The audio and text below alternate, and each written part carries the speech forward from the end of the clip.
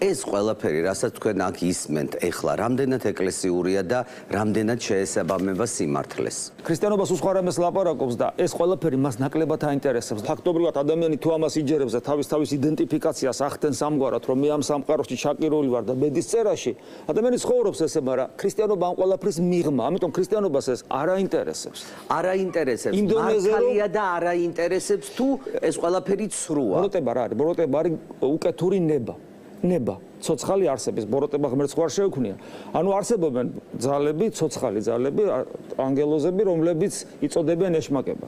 მათი საშუალებით манипуლირება ეს ჩვეულებრივი კაცობრიობა ამ ყველაფერს მიაგნო, იმიტომ რომ ადამიანი ეძებდა ღმერთს და მიაგნო ამ ყველაფერს. თუ ადამიანი იყენებს მათი საშუალებით ბევრ ამას გაიგებს.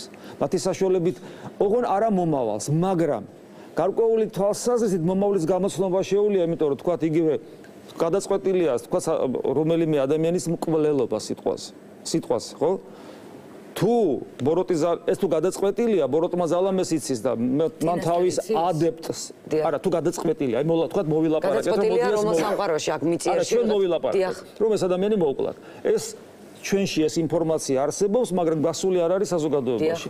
ბოროტმა ზალამ რა თქმა უნდა ეს იცის, ამის გაგება პრობლემა არ არის, იმიტომ რომ ჩვენ გვისმენს და თავის ადეპტს შეუძლია გააგებინოს და მე ის წინასწარმეტყველებს, რომ მას მოკლავენ. ანუ ეს არის არა მომავლის გაგება, არამედ ინფორმაცია. მიშა ცაგარელმა, რომელმაც თქვა, რომ პირველიდან 14 თებერვლამდე ზურაბ ჟვანიეს მძიმე პერიოდი აქვს. ის კრიტიკული პერიოდი აქვს. ის ამ შემთხვევაში ბოროტიზალისგან იყო ინფორმირებული? მე ვთქვათ, შემიძლია კითხვა შეგიბრუნო და გითხრა. შეიძლება თუ არა ესეთი რამე მომხდარიყო, რომ ყოფილიყო დამთხევა. თუ არა? დამთხევა შეიძლება იყო, მაგრამ ეს ადამიანი ბატონი მიშა დაახლოებით ერთი თვე ითხოვდა, რომ ვიღაცას ხმა მიეწვინა. არ მგონია რომ დამთხევა ყოფილიყო, ეს ადამიანი ძალის ხმებით ცდილობს რომ გააფრთხილოს მეორე მისთვის უცნობი ადამიანი.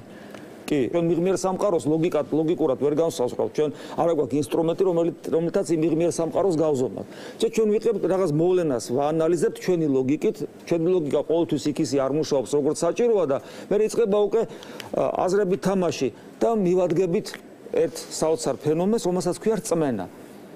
რისი წამს ადამიანს, რისი ჯერა ადამიანს და თუ მაგალითად მე მწამს, რომ აი ეს სკამი თუ ესე დამხვდება, ეს მე პრობლემას შემიქმნის, თუ ამის რწმენა მაქვს, როგორც წესი ეს იწყებს მუშაობა. ჯადოს აღიარებს ეკლესია? ეშმაკს აღიარებს.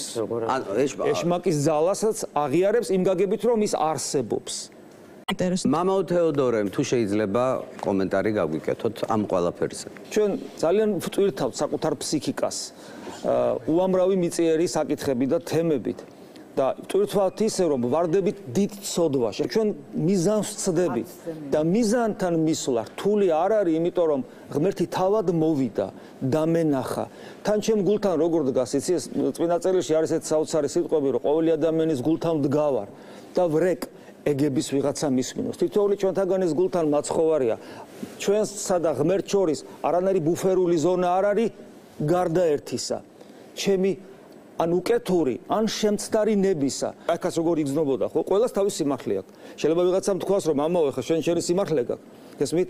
ეს პრობლემა ჩვენ ყველას გვაქვს. ესეთი იგავური სიუჟეტი რო დავხატოთ, ვიღაცა მოვიდა შენთან და მოგცა სქელი ესეთი ტომი. და გითხრა, გია, დღევანდელი დღიდან დაწყებული. შენს უკანასკნელ ამოსუნთქვამდე და მითითებულია შენი უკანასკნელი ამოსუნთქვის დრო, საათი, წუთი და წამი. ყველაფერი გაწერილია შენ ცხოვრებაში. საათობრივად, ამ საათზე რა მოხდება, ამ წუთზე რა მოხდება, ყველაფერი შეგიძლია წინასწარ გაიგო.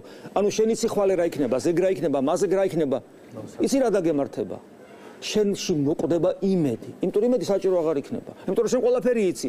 როგორც კი მოკვდება შენში იმედი, შენ დაკარგავ ესე იგი სურვილს და საჭიროებას ღმერთთან ურთიერთობისა. გესმის? აი ეს არის. ამიტომ ის რაც ქრისტეს მაკარგვინებს, მე ის არ მინდა.